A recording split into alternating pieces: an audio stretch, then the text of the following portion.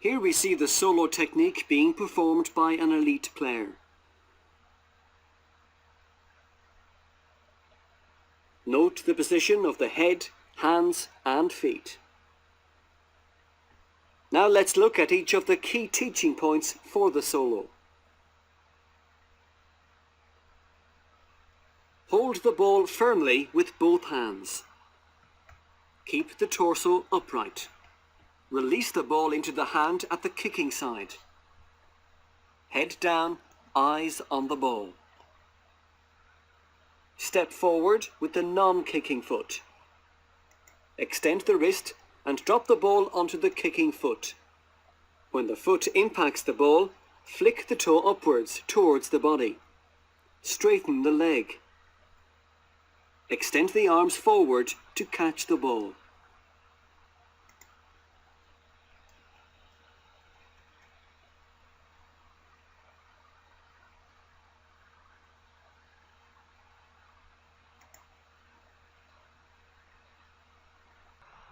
This is a basic to practice the solo technique.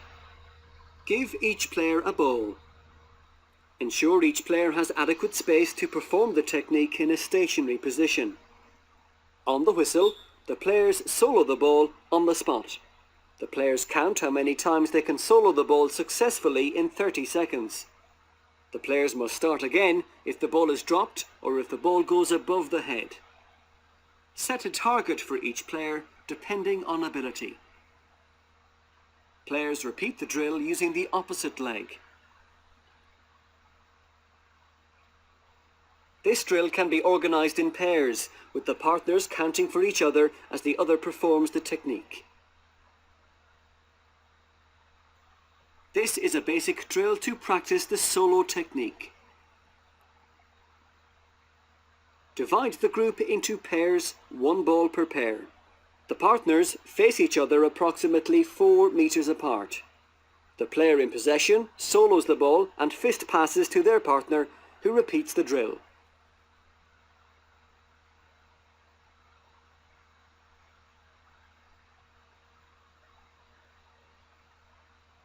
The players must use the opposite leg each time. Continue the drill for a set time.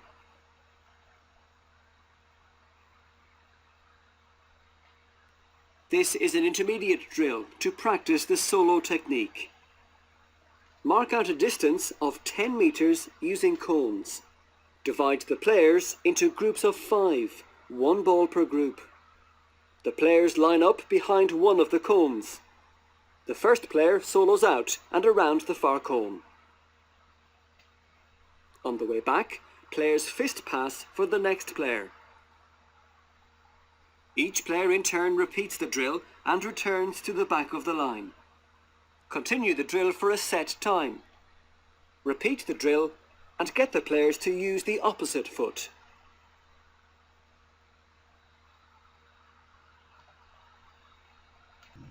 This intermediate drill to practice the solo technique requires the players to solo around a series of obstacles. Mark out a distance of 12 meters using cones. Place 4 poles or more cones at equal intervals between the outer cones. Alternatively, 4 of the players may act as the obstacles. The players line up behind the first cones. Each player, in turn, solos the ball in and out between the poles or their teammates. When soloing to the left, the players should use their left leg, and when soloing to the right, the players should use their right leg.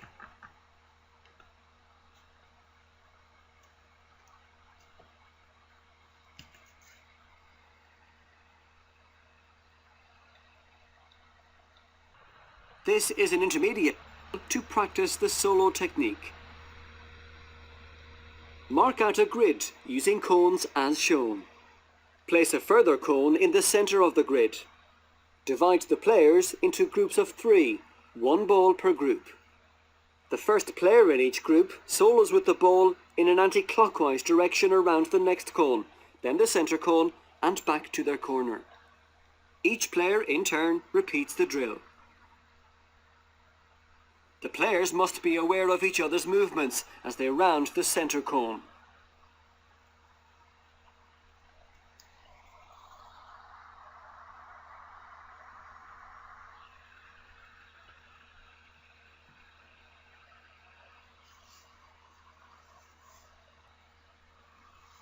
This is a fun game to develop the solo technique. Mark out a grid 15 metres by 15 metres. One player with the ball must solo around and attempt to tag the other players. The player must solo at least once every 4 steps. Once a player has been tagged, they must leave the game. Change the player with the ball when all the players have been tagged.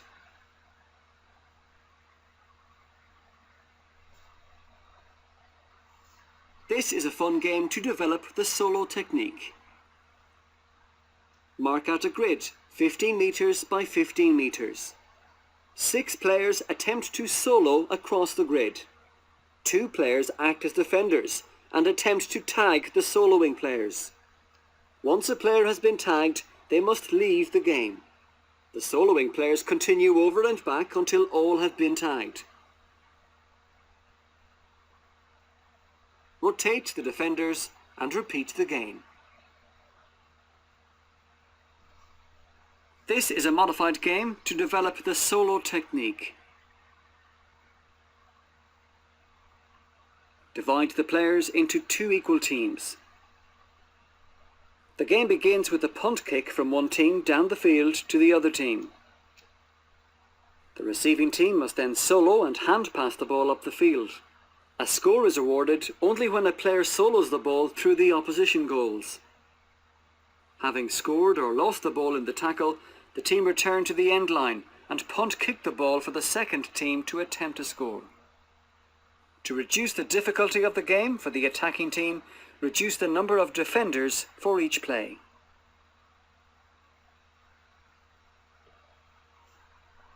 Dropping the ball with both hands or dropping the ball to the foot with the wrong hand is a common error when learning the solo technique. This may lead to difficulty keeping control of the ball, particularly when attempting to solo at speed. To correct this error, ensure that the player drops the ball towards the kicking leg with the hand at the same side, that is, with the right hand when using the right leg and vice versa. Not using a straight leg to flick the ball upwards towards the body is another common error and may result in the player failing to control the ball. To correct this error, ensure the player kicks the ball at the end of the stride, flicking the toe upwards to bring the ball back into the body. The most common error of all when performing the solo technique is soloing the ball too high. To correct this error, ensure the ball is cushioned back by flicking the toe upward on impact.